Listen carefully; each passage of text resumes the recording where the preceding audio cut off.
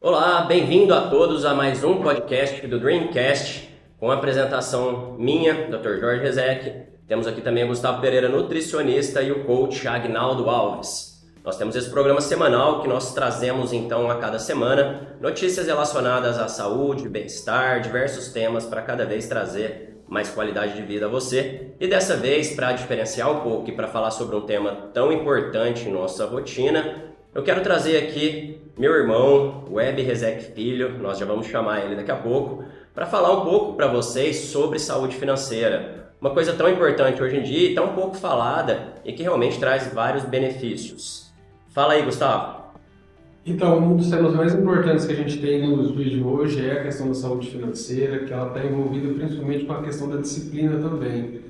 A gente fala que, assim, quando a gente consegue organizar o básico na nossa vida, a gente consegue fazer outras coisas. Então, quando a gente tem a demanda em relação à parte financeira, de controle financeiro, estratégias futuras, a gente consegue também associar isso daí no dia a dia em relação à alimentação, treinamento e outras coisas. Então, a saúde financeira também, quando ela está debilitada, ela pode estimular essa pessoa a também não ter uma disciplina nas outras coisas, porque isso pode gerar um estado de estresse, de ansiedade, de descontrole, de disfunção psicológica, daquela situação da parte da pessoa, ela ter aquela necessidade momentânea de ter um gasto, aquela pessoa também que tem uma necessidade momentânea de ter um consumo alimentar. Então, a saúde financeira está sim associada com a saúde e bem-estar no dia a dia em relação ao treinamento, à atividade física e à saúde em geral. Então, essa questão da gente comentar de fazer o básico em relação à parte de finança e em relação ao alimentar está muito bem associado. Eu acredito que, assim como qualquer outra área da vida, né, como físico, conjugal, espiritual, também a saúde financeira é muito importante, né? Então, como o Gustavo disse, se a gente não tiver todas essas áreas equilibradas, aí provavelmente a gente vai ter disfunções em outras áreas da nossa vida. E a saúde financeira ela não é menos importante que essas outras áreas, né? Então, se a gente conseguir manter esse equilíbrio aí, provavelmente a gente vai ter uma qualidade de vida melhor, né? Então, saúde financeira para todos aí. A saúde ela é global, né, pessoal? Todo mundo pensa que às vezes a saúde, quando a gente fala de saúde, a gente está falando só do nosso organismo, a parte orgânica mesmo, mas existe a saúde mental, a saúde orgânica, a saúde espiritual e a saúde financeira. E para falar sobre esse tema tão importante, eu trago aqui um cara mais do que capacitado para isso. Seja bem-vindo, Web. Fale um pouco para nós sobre sua trajetória. Olá, pessoal, tudo bem? Antes de mais nada, muito obrigado pelo convite, muito obrigado pela oportunidade de estar conversando com vocês aqui. Jorge, Gustavo, Agnaldo, muito obrigado por tudo. Contando um pouco da minha trajetória, eu me graduei em administração pública pela faculdade SPFGB, em São Paulo, no longínquo ano de 2001. Depois da minha graduação, trabalhei com consultoria, numa empresa chamada McKinsey, trabalhei com gestão de patrimônio financeiro, numa empresa de gestão de recursos patrimoniais para clientes de alta renda durante cerca de 4 anos e meio. E depois disso eu fui fazer a minha pós-graduação nos Estados Unidos, na Universidade de Chicago, por onde fiquei 2 anos lá. E depois desse período em Chicago, eu me mudei para Londres para trabalhar na parte de gestão de ativos financeiros, mais especificamente um portfólio de ações, né, de uma carteira de ações, em diversos veículos, uma empresa americana no primeiro ano, depois 7 anos numa outra empresa, e agora, mais recentemente, num banco suíço. Então, nesse período, sempre gostei muito dessa parte de gestão de patrimônio financeiro, mas muito do que vem por trás disso, que é esse reconhecimento do entendimento do o quão importante é você ter o controle da sua vida financeira e ter o controle dessa capacidade de analisar não só a sua própria vida financeira, mas nesse caso também a de outras empresas, de outros setores, de outros clientes. Então, eu sempre tive envolvido nessa área, uma área que sempre me atraiu bastante, e isso engloba muito da minha parte profissional, do que eu faço profissionalmente hoje em dia. Boa, boa. Ô Bill, e como você vê o mercado financeiro daí de Londres, cara? A Europa com certeza deve ser o centro da atividade financeira que a gente tem de forma global. Você acha que a parte de investimentos em relação à Europa e versus Brasil, isso está muito à frente? Você acha que um dia o Brasil consegue ser um gradil de investimento tão bom quanto a região da Europa? Eu acho que o mercado de investimentos global, ele evoluiu muito ao longo das últimas décadas, ao redor de 3 principais polos. Inicialmente, o polo norte-americano, né, muito focado em Nova York, muito focado em Chicago, tanto na parte de gestão de ativos, mais especificamente ações ou títulos, ou na gestão de índices futuros. Na Europa, muito evoluiu em Londres, né, ao redor de Londres, porque Londres passou por um processo de regulamentação muito importante dos seus serviços financeiros na década de 70 e 80, basicamente, e ao longo dos anos 80, 90 e 2000, houve uma aceleração dessa importância de Londres no mercado global. E aqui você vê muito também os fundos globais, fundos europeus, as casas que fazem negociação de moedas, de ativos reais, em alguns casos, né? Você vê muita transação nas bolsas de metais, nas bolsas de commodities aqui em Londres também. E cada vez mais agora é um terceiro polo emergindo na Ásia, né? Hong Kong, Singapura, são mercados muito grandes, muito fortes hoje em dia, mas você vê cada vez mais Xangai também emergindo nesse sentido. O Brasil, nesse contexto global, é um mercado relativamente periférico, né? Um mercado com um pouco menos importância. Chegou a ter muito mais importância no passado, né? O Brasil chegou a ser uma parte importante dos índices globais de mercados emergentes, mais de 15% de mercados emergentes, e esse potencial diminuiu ao longo do tempo com a diminuição da emissão de dívida brasileira no exterior, e com a diminuição do número de empresas listadas na Bolsa, tanto na Bolsa local quanto internacionalmente via DRs. Então, o Brasil, na verdade, diminuiu a sua posição ao longo da última década, ou na verdade, dos últimos 20 anos, talvez, né? Então, não é um processo único, exclusivamente de um governo, ou de algum tipo de política, mas é muito em relação à falta de crescimento e à falta de pujança no mercado local.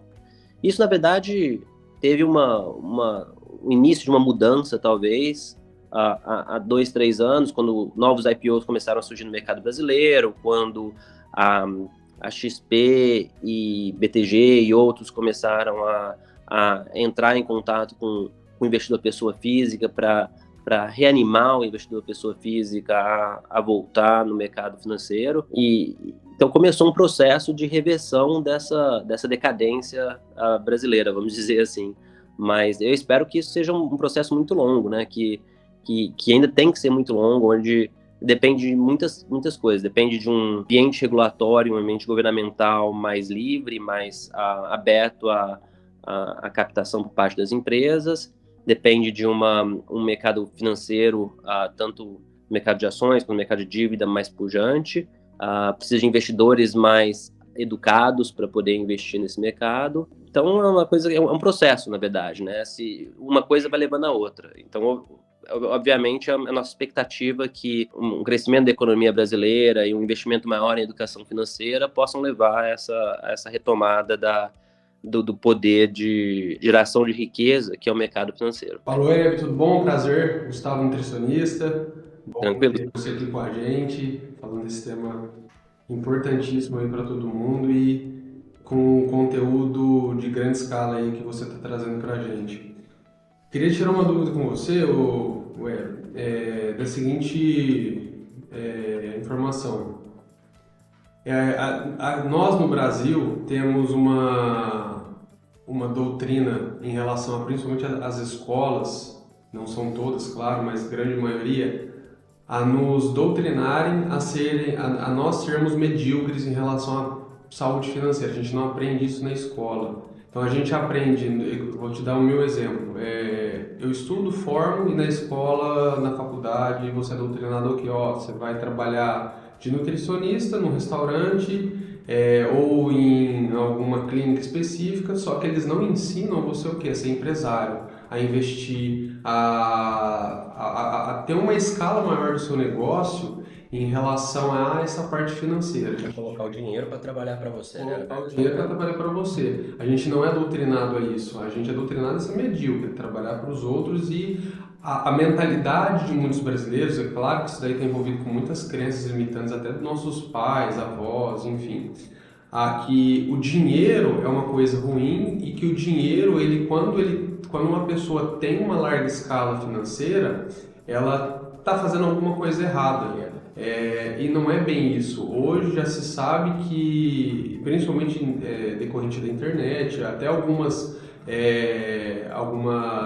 bancos investidores hoje que está abrindo, está tendo mais fácil acesso a eles estão mostrando que não é bem isso. Se você conseguir aplicar bem seu dinheiro, ter uma saúde financeira, colocar seu dinheiro certo no lugar correto e não ter aquela questão do imediatismo, que a gente associa isso também na questão do nosso trabalho, a pessoa consegue alavancar seu dinheiro investindo numa ações, num dividendo, num fundo imobiliário e entendendo todo esse processo. Eu queria saber como que é a mentalidade do pessoal europeu aí, comparado com o pessoal brasileiro, você que já conviveu com o pessoal daqui e o pessoal daí, em relação a esse tipo de mentalidade. Porque hoje você pega muita gente e você fala assim, cara, vamos pegar esse dinheiro, aplicar num CDB, num fundo de investimento, numa bolsa de valores. A pessoa, não, eu quero aplicar na poupança, que a gente sabe que a rentabilidade de uma poupança hoje é praticamente perder dinheiro, principalmente com o decorrer do tempo, a inflação, você acaba perdendo dinheiro ao invés de ganhar. Então hoje as pessoas ainda são doutrinadas a colocarem dinheiro na poupança, ao invés de investir em outras coisas, e também aquele receio, aquele medo de ficar rico.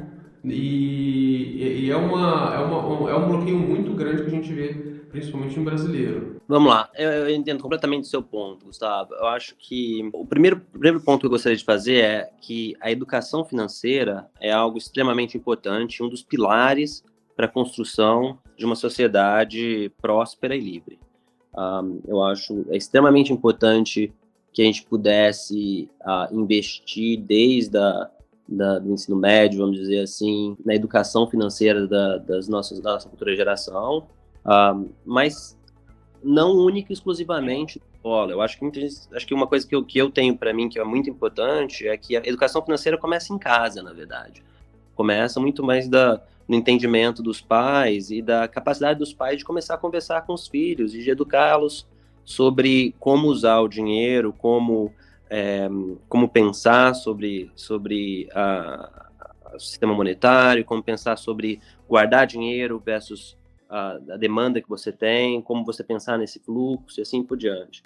Então, o primeiro aspecto sem dúvida nenhuma, a gente precisa melhorar a educação financeira, e isso tem dois ângulos. O ângulo da casa, né, com os pais precisam conversar mais com os filhos sobre isso, e discutir sobre isso, e ensinar isso, e é algo que, dado a nossa cultura, dado a nossa educação religiosa, talvez não tenha sido tão focado no passado. E segundo aspecto é no aspecto formal, né, na educação formal, onde o governo, através do currículo, deveria sim incentivar que existisse um espaço ali, pequeno que seja no começo, mas que possa tomar um espaço um pouquinho maior ao longo do tempo, de realmente formalizar essa educação financeira para todo mundo que passa pelo ensino médio ou superior, entendeu? Então, acho que esse é um primeiro aspecto.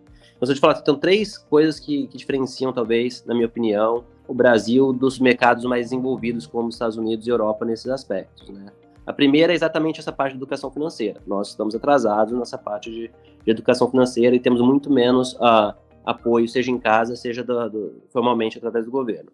O segundo aspecto é a falta um pouco da cultura brasileira. No Brasil, a gente está sempre acostumado a duvidar um pouco de tudo, né? Então, a cultura brasileira é muito informal, a cultura brasileira é muito focada no ganho rápido, no ganho esperto. Existe esse malandro, né, que existe dentro de cada brasileiro, esse malandro que está dentro de nós, que quer ganhar dinheiro rápido, que quer ganhar dinheiro com pouco trabalho, que quer dinheiro com pouco esforço, e isso é radicalmente ruim a uma cultura de criação e preservação de capital ao longo do tempo, entendeu? Porque para você preservar e criar capital, como você chegou a mencionar no começo, você precisa de disciplina, você precisa de esforço, você precisa de concentração, você precisa de planejamento. E isso é bem diferente dessa cultura brasileira de informalidade, pensamento de ganhar dinheiro rápido em cima dos outros. Então, eu acho que a gente precisa mudar um pouco nessa cultura e evoluir como cultura ao longo do tempo para focar nas coisas que são realmente importantes para a criação de uma sociedade mais próspera. Na minha opinião, é planejamento, é disciplina, é esforço. Então, esse é o segundo aspecto. Você olha para uma sociedade americana, você olha para uma sociedade europeia, sociedades que desenvolveram mais rapidamente, você vê que existe um incentivo, um prêmio para que as pessoas realmente trabalhem mais, ganhem mais, guardem mais dinheiro, formalizem esse processo. Acho que o terceiro aspecto que também é importante é a dificuldade regulatória, né? No Brasil é um país, como a gente sabe, muito complexo no sentido de abrir uma empresa, de fechar uma empresa, de conseguir permissão para fazer isso ou para aquilo. Existe uma série de barreiras que foram criadas no Brasil ao longo de décadas que dificultam a criação de uma cultura mais empreendedora, uma cultura mais focada em desenvolvimento de criação de patrimônio, né? Então, as pessoas sempre acham cada vez muito difícil fazer realmente um investimento de longo prazo no Brasil. Um investidor, um gestor, uma pessoa física que seja, entendeu? O cara não consegue realmente captar dinheiro no longo prazo e decidir fazer um investimento no longo prazo, dar essa incerteza regulatória e institucional que existe no Brasil. Então, nesse terceiro aspecto, uma coisa que a gente precisa fazer é melhorar a qualidade das instituições aqui no Brasil e da legislação. Então, precisa melhorar a flexibilidade da legislação trabalhista, você precisa melhorar a qualidade das instituições, como o judiciário, por exemplo, que é muito lento em resolver alguns assuntos. Você precisa ter um Congresso que diminua a quantidade de leis e consolide muito mais, simplifique muito mais a legislação brasileira. Você precisa de uma Receita Federal que facilite muito mais, diminua muito mais a complexidade tributária que existe no Brasil. Então, esses são todos os aspectos dessa parte regulatória que precisam ser melhoradas. Então, como eu disse, são 3 aspectos que diferenciam a gente no Brasil, que deixam a gente para trás aí no Brasil relativamente ao mercado americano, ao mercado europeu.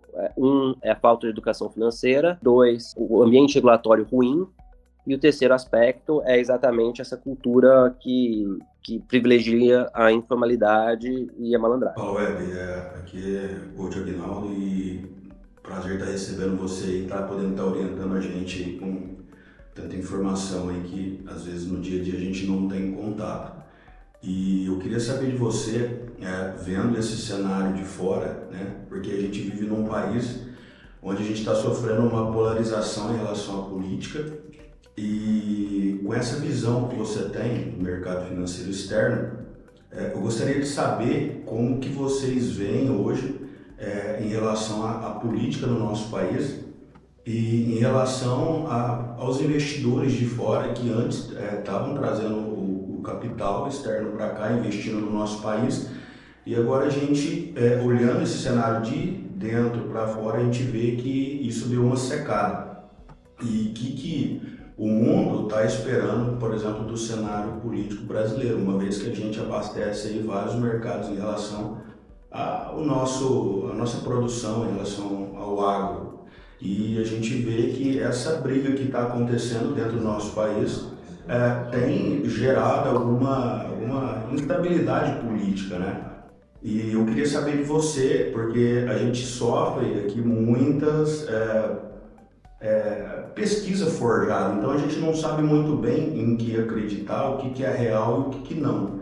E eu gostaria de saber de você qual que é a visão que você tem de fora, que você pode estar passando para nós em relação ao crescimento, se realmente está havendo ou não uma deflação no nosso país, se realmente você está vendo o Brasil crescer nesse momento de instabilidade, se isso é real ou não, no que a gente pode estar olhando com mais, vamos dizer assim, né, com acreditar mais. Eu gostaria de saber isso de você.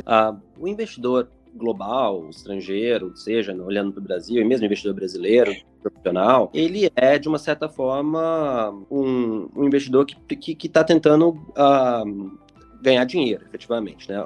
Investir, seja no curto, médio ou longo prazo, qual que seja o seu horizonte de investimento, mas focando na criação de valor financeiro ao longo do tempo. Ele, de uma certa forma, não se importa tanto com essa polarização política. Essa polarização política, de uma certa forma, é uma tentativa das elites de um lado ou de outro, de jogar a população uma contra a outra para o seu próprio ganho, entendeu? Então, o investidor financeiro, de uma certa forma, entende um pouco disso, sabe? Que o que existe muito, especialmente durante períodos de eleição ou períodos de discussão política, que você existe interesses de certas elites, de um lado ou de outro, em criar essa instabilidade. Porque eles vão ganhar mais dinheiro com isso. A população não vai ganhar mais dinheiro com isso. A população não vai se beneficiar disso.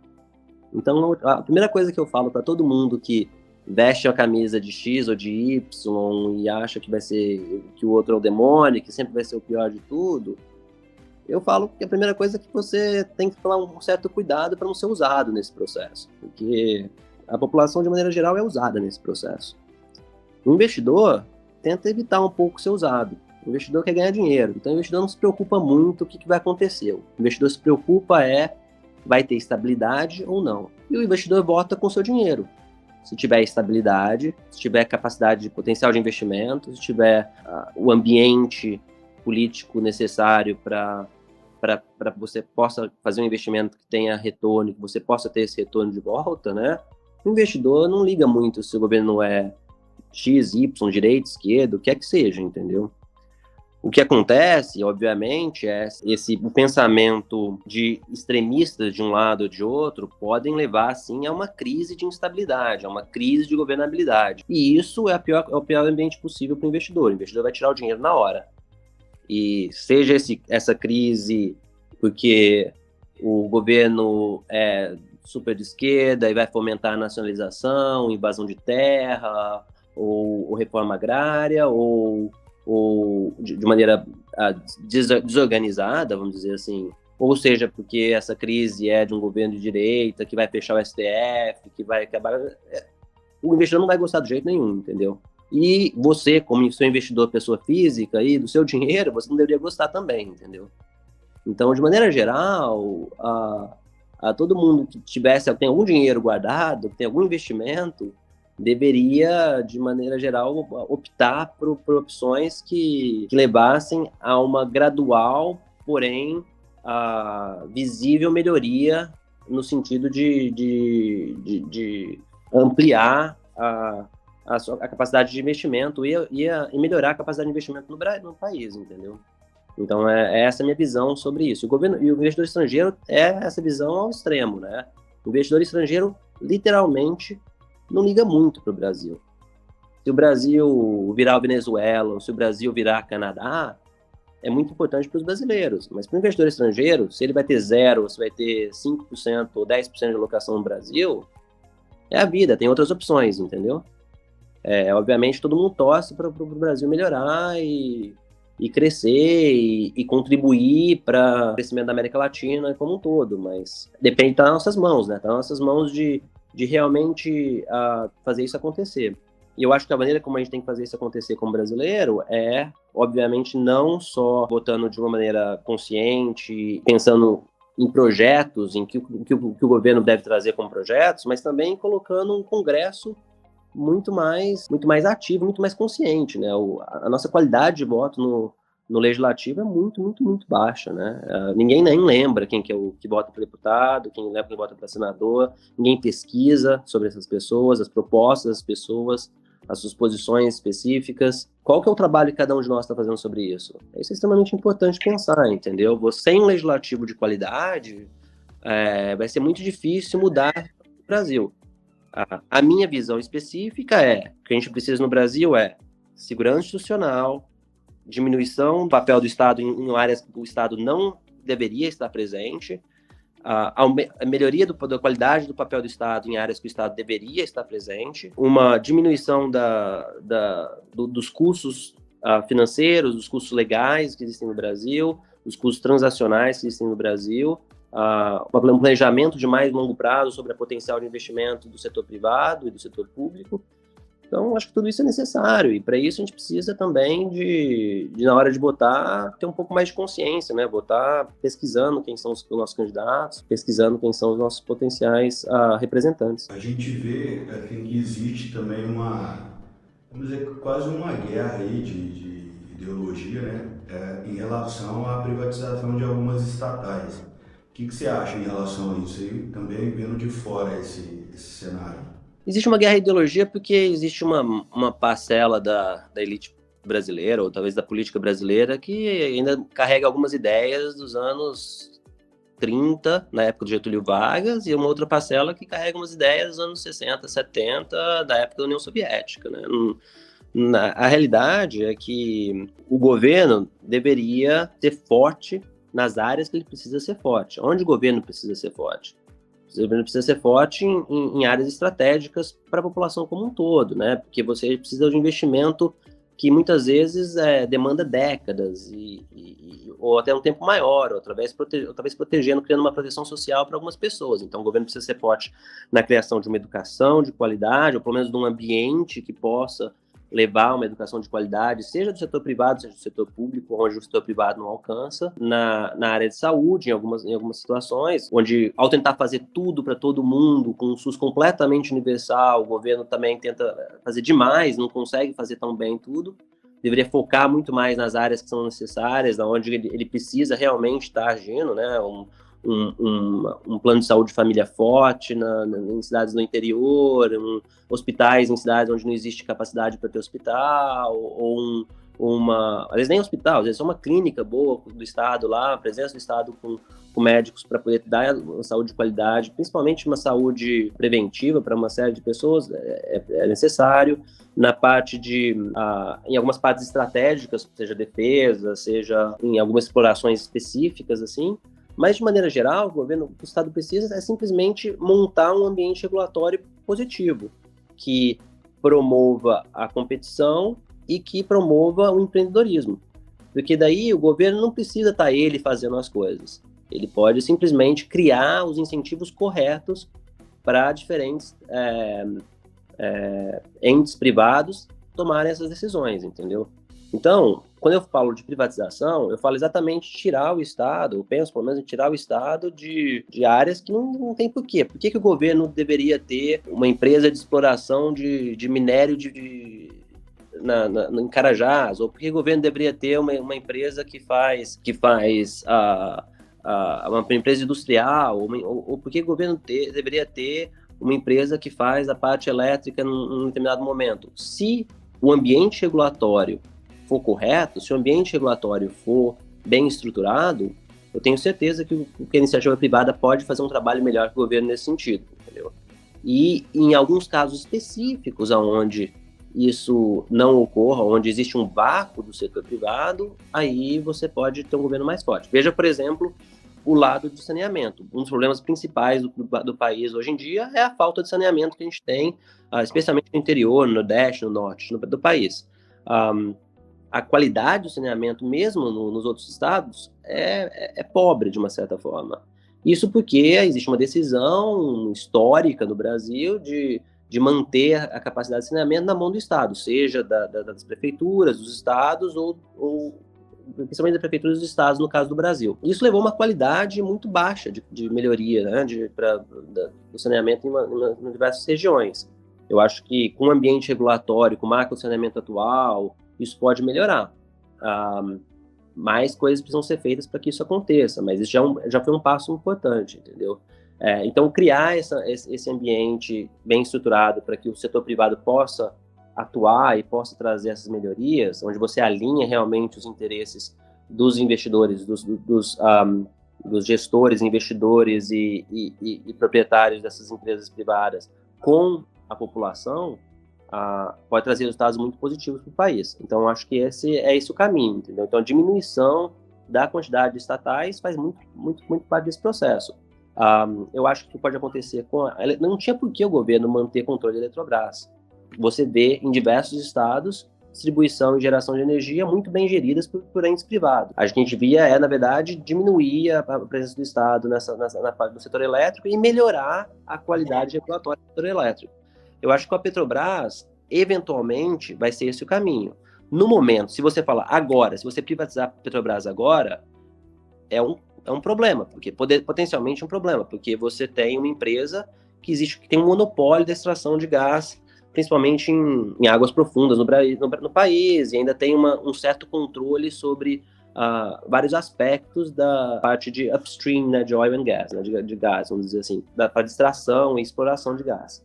Eu acho que ao longo do tempo, ao você diminuir a presença da Petrobras em algumas áreas, focar a Petrobras em algumas coisas, você pode muito bem privatizar a Petrobras e deixar a Petrobras nas mãos privadas, dentro de um ambiente regulatório propício, a fazer o seu trabalho. E o governo vai focar no que interessa, que é da saúde, educação e defesa de qualidade para todo mundo, entendeu? Sem falar que eu acho que privatizando esses setores que o governo não deveria ter tanto controle, a gente reduz também o nível de corrupção, né? Porque aí reduz a infiltração de pessoas que aproveitam do governo para estar em locais que elas não são capacitadas para estar. Uma diminuição. Então, você diminui a presença. Porque o Estado, a gente pensa no Estado hoje, a gente pensa no governo federal, mas não é só no ambiente federal, não. Né? No ambiente estadual e no ambiente local também, municipal.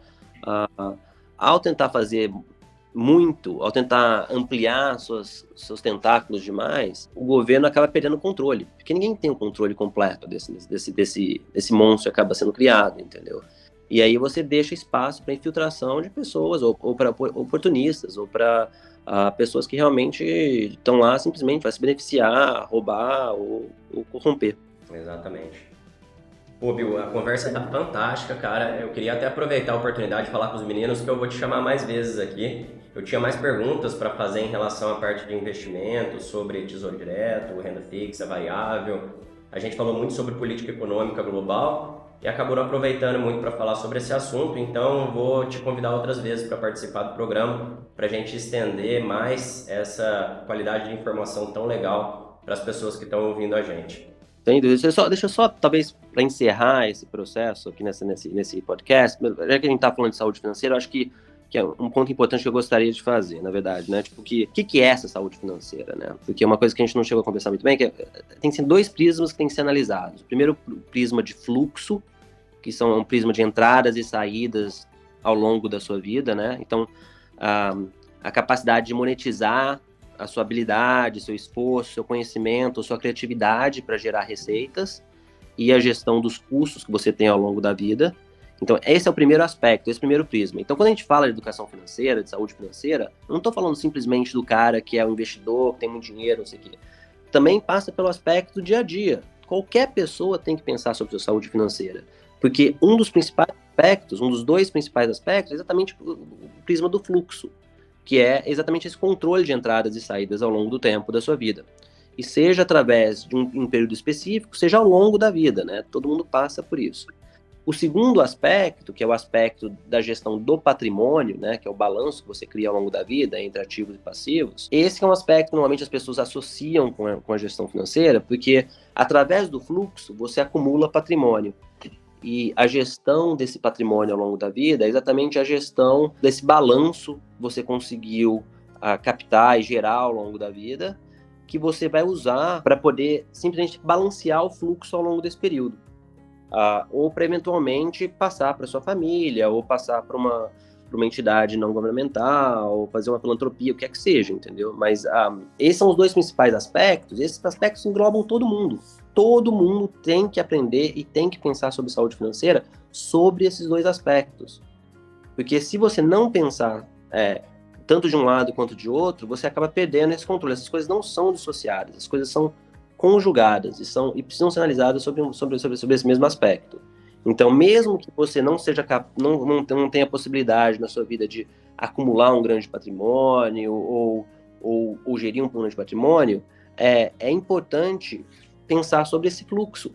É extremamente importante pensar sobre esse fluxo, porque você, ao longo da sua vida, vai passar por um ciclo natural de receitas e despesas que não são casadas, que precisam ser balanceadas ao longo do tempo. Então, você para pensar, todo mundo, entre os seus 0 e 15, 20 anos de vida, é uma grande despesa. Você não tem receita. Você simplesmente é uma despesa. Você não sabe para quem está financiando, mas normalmente são seus pais, é o Estado, os seus tios, seus avós, quem quer que seja, mas alguém vai estar te financiando nesse período de vida, porque você não está gerando nenhuma receita. Aí, ao longo dos seus, 20, 30 anos, até os seus 65, 70 anos de idade, você está gerando uma receita adicional normalmente. Às vezes, uma receita só para pagar os seus custos do dia a dia, às vezes uma receita maior para você acumular no formato de patrimônio. E esse é um processo, um período que você tem para acumular patrimônio efetivamente. Muito dificilmente a gente acumula patrimônio no começo ou no final da vida. A maior parte das pessoas vai acumular patrimônio entre os seus 25, 30 anos e 65, 70 anos. A partir desse período, 65, 70 anos, seja porque você resolveu se aposentar ou porque você está ficando mais velho, você tem uma queda gradual das receitas até o final da sua vida.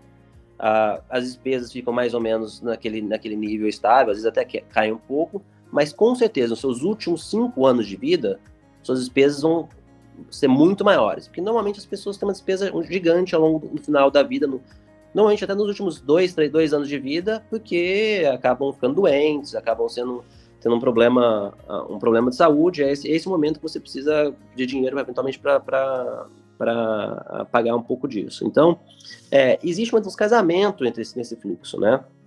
E isso é resolvido através de você gerenciar esse fluxo ao longo do tempo ou de gerenciar o patrimônio que vai financiar isso. Então, é por isso que as pessoas acumulam patrimônio, né? Que é essa construção e perpetuação desse patrimônio. E seja esse patrimônio empresarial, seja um patrimônio financeiro, seja um patrimônio de imóveis ou de qualquer outro ativo, esse é um patrimônio que tem que ser pensado também sobre esse prisma, pensado sobre qual que é o objetivo desse patrimônio e como ele vai ser usado para financiar o seu fluxo ao longo da vida. Então, esse aspecto é válido para todo mundo tem que pensar sobre isso e pensar sobre como gerir. Então, se quiser, a gente pode até fazer no próximo podcast um detalhamento sobre isso, a gente pode tentar mais detalhes sobre como pensar sobre fluxo, como pensar sobre patrimônio, como gerir esse patrimônio, quais são as alternativas e assim por diante. Fantástico, cara. Que aula sobre educação financeira, hein? Se a gente tivesse tido isso na nossa formação de colegial, com certeza nós começaríamos a pensar diferente muito mais precocemente, né? Hoje a educação financeira no Brasil ela é tão mal divulgada que a gente começa a pensar sobre educação financeira com 30 anos, né? Muito tarde. Muito obrigado pela presença, cara. Eu quero agradecer mesmo. Foram informações extremamente úteis e de qualidade que você nos propôs aqui. Eu acho que a galera de casa está muito mais bem preparada hoje para entender um pouco mais sobre a avaliação financeira e gestão do patrimônio, porque cada um tem que ter essa ideia, não só para alavancar a sua parte profissional, mas da família como um todo, né? Então, realmente, muito obrigado e convido você para novos episódios, para a gente continuar, então, esse bate-papo que eu acho que foi extremamente importante para todos. Eu que agradeço a oportunidade aí, um grande abraço a todos e um bom final de tarde aí. É isso aí, pessoal. Muito obrigado a todos pela presença. Aqui nós nos vamos nos despedindo de mais um episódio do Dreamcast. Fiquem conosco toda semana, trazeremos informações de qualidade sobre saúde, bem-estar, qualidade de vida, educação financeira, educação espiritual e, claro, levar para vocês cada vez mais informação para melhorar a qualidade de vida. Um grande abraço a todos e até a próxima semana.